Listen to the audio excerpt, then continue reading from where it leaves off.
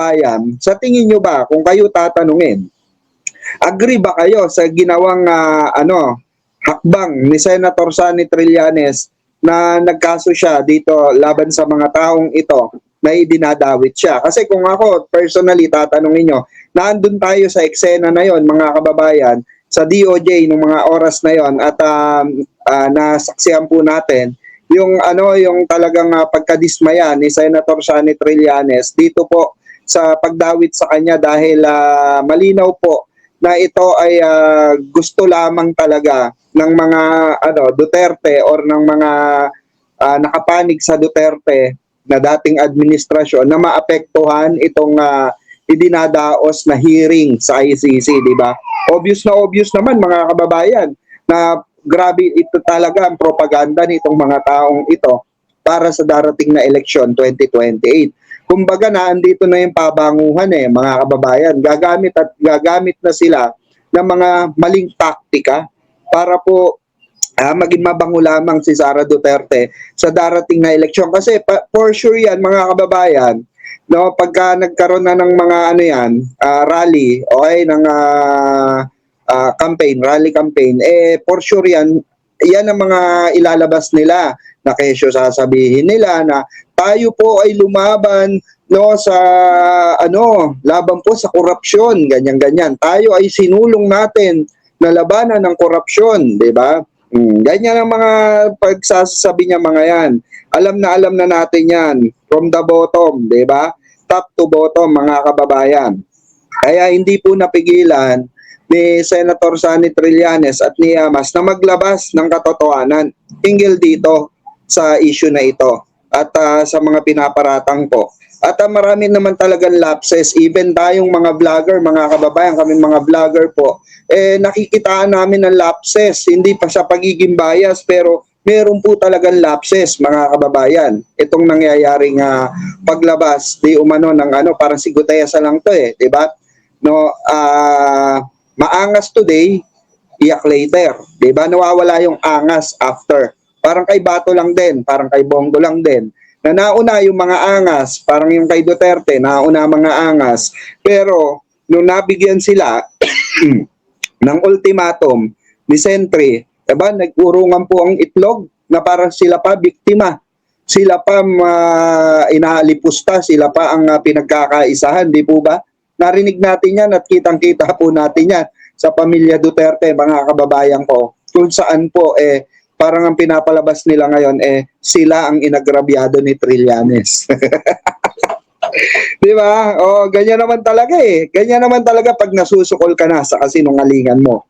Remember mga kababayan, hindi lang isang beses nangyari ito, no? Hindi lang dalawa, maraming beses po na ang mga maaangas na tong mga tao na ito na nagyayabang, no, na for publicity purposes, alam naman natin, no, na ganito na ang kalakaran ng maruruming politiko.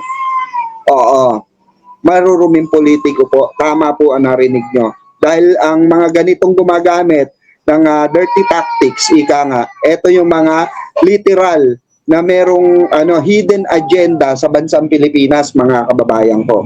So, dito, mga kababayan, i-play natin itong video na ito.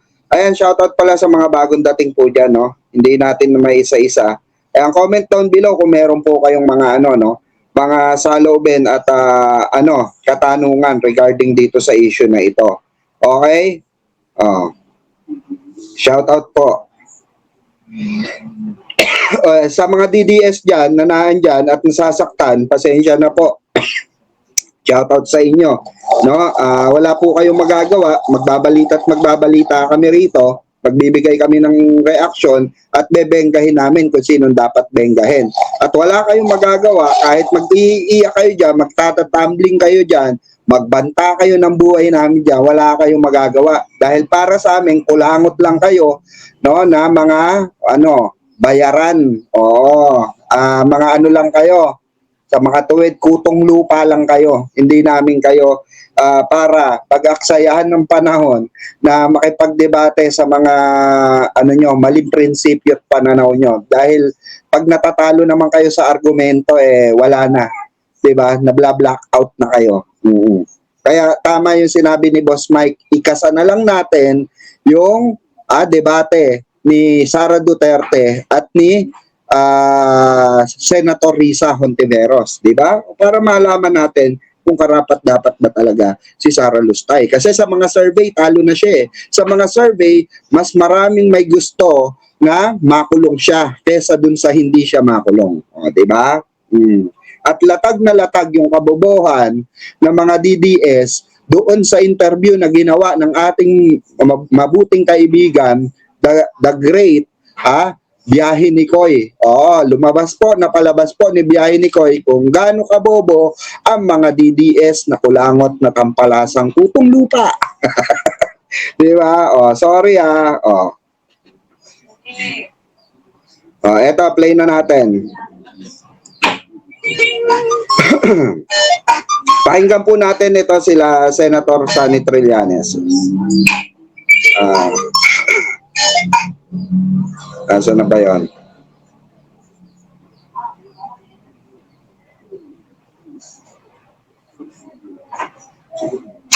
Order food you love with Food Panda. Download the app and order now. Panda? Filipinos, you're paying too much to get paid from overseas. Payday is smarter with Flex. Ang mga opinion at mga... Susunod na ating guest. Hindi ito nagpapatawa. Hindi. So itong nagpapala. Yan. Walang iba, kundi si Senator Secretary. We look at the numbers. Your first guesting here. Ayan, loud and clear ba tayo mga kababayan? Breaking. Dami talaga nanood ng time na yun. So we're very happy to have you back, sir. Opinion. Yes. Hindi siya support. Aggregate. Matutong tao. Correct. Brother, ano pa ang ating agenda ko mga piloto? Aming Napakagandang pasubali sa SEC, di ba? Nag-ukay na kagad, nang mapauna ng ating mga nagdaang isang linggo ito. Uminit din ba ang inyong mga ulo? Uminit din ba ang inyong mga damdamin sa mga naganap? Siyempre, di ba? Babagtok muna tayo, sige, para bababahin muna natin ang init ng inyong ulo. Siyempre, kasama natin si Sentry. Pero sino ba una natin? Ganda ng ganda ng segue. Malagay ko, from dito, your fan base is demanding na ikaw ang started. Pinakamatindi ang sense of humor dito. Nagmamahal sa nation. Yes. Una-una si... Sa nation talaga. Nations. Una-una si Congressman Paolo Marcoleta. Ano alias ni Paolo Marcoleta? Primo? Bakit? Si Primo Prime. Bakit?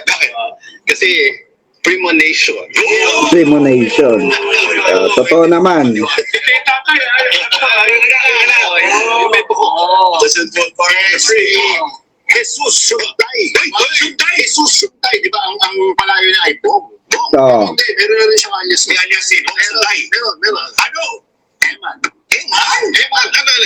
Taga-kanto na kay Eman. Bakit Eman? Imagination.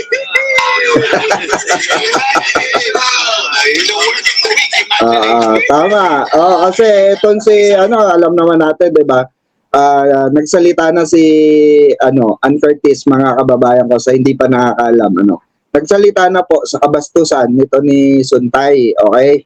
Na hindi niya accepted yung apology dahil nabastusan siya at sabi nga natin, 'di ba, sa ating pagpapaliwanag noon na bastos naman talaga. Kasi kung iisipin natin, parang itinotolerate niya na okay lang pala mag-imagine or okay lang pala mag-imaginein mo ang isang taong nakita mo at bigyan ng malaswang pag-iisip sa loob ng isipan mo, 'di ba? So parang para sa kanya kailangan regular 'yon, 'di ba? Natin ang ating butihing joker artist na kasi alas tayo siyang joker. O sige, joker. Siyempre, meron ka ba? Yun naman ang alias ni VP Sara. VP Sara! Yung kadila ko Lucy! Bakit Lucy? Hallucination. Kaya Kaya marami nagagalit sa'yo, Sentrin. Maraming pikon na pikon sa'yo, Sentrin. Tama naman, hallucination. Mga kababayan. Kasi yung pinag-resign ni Lord. Pero kung pinito na nakinisali sa usabi, si Alvin Aragon may alias na rin. Alvin Aragon, ano kaya alias niya, no? Simple lang. Ano? Paul. Paul. The Apostle. Bakit? Kung may apple lang siya. Ulit.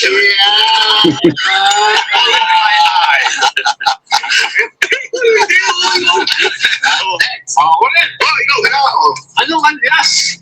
Yung paborito ko, abogado. Uy, paborito siya. Attorney Tupac. May alias Ha?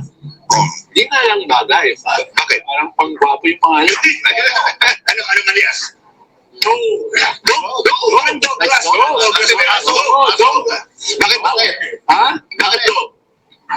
Go cute! Dugyot.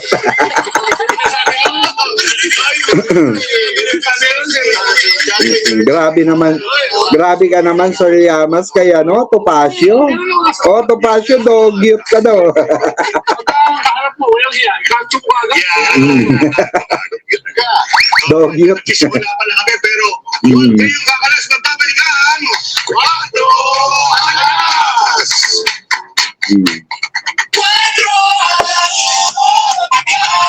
Gaspi, 33. But Ito, forward na natin, mga kababayan. hindi talaga bagay sa akin. Bakit ako ulang ganyan? Meron pa ba? Special sa kanya.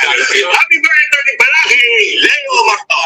Last week, yung nangyari dito sa ating 18 na di umano yung mga marine. Oo, ito na. Nag-marching sila, dire-diretso dun sa Mm. papuntang Punoy. Ano mong tinulungan? Walang kinalaman. Wala.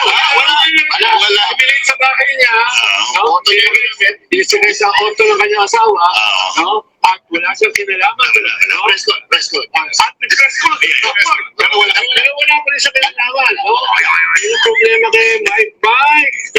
Nagbook na nga si Alan. Inuubok. Hindi, totoo, mga kababayan. No? Ito, totoo itong sinasabi ni Sir Yamas na no, wag tayong mag-ugukan dito dahil kahit na itanggi mo, Mike Defensor, no? Kitang-kita naman, hindi naman bulag ang tao kasi nga nakita namin lahat kung paano nabasura yung impeachment nyo na hinain nyo labang kay Pangulong Bongbong Marcos. Na alam nyo na wala kayong ebidensya na nailatag. So ngayon ang ginawa nyo sorry po. Ginawa nyo nagbigay kayo no ng panibagong pag-uusapan which is itong 18 na tinatawag yung 18 caliber ex-marines na magpapasabog di umano sa mga ganitong anomalya sa gobyerno nung panahon ng panahon ni Digong.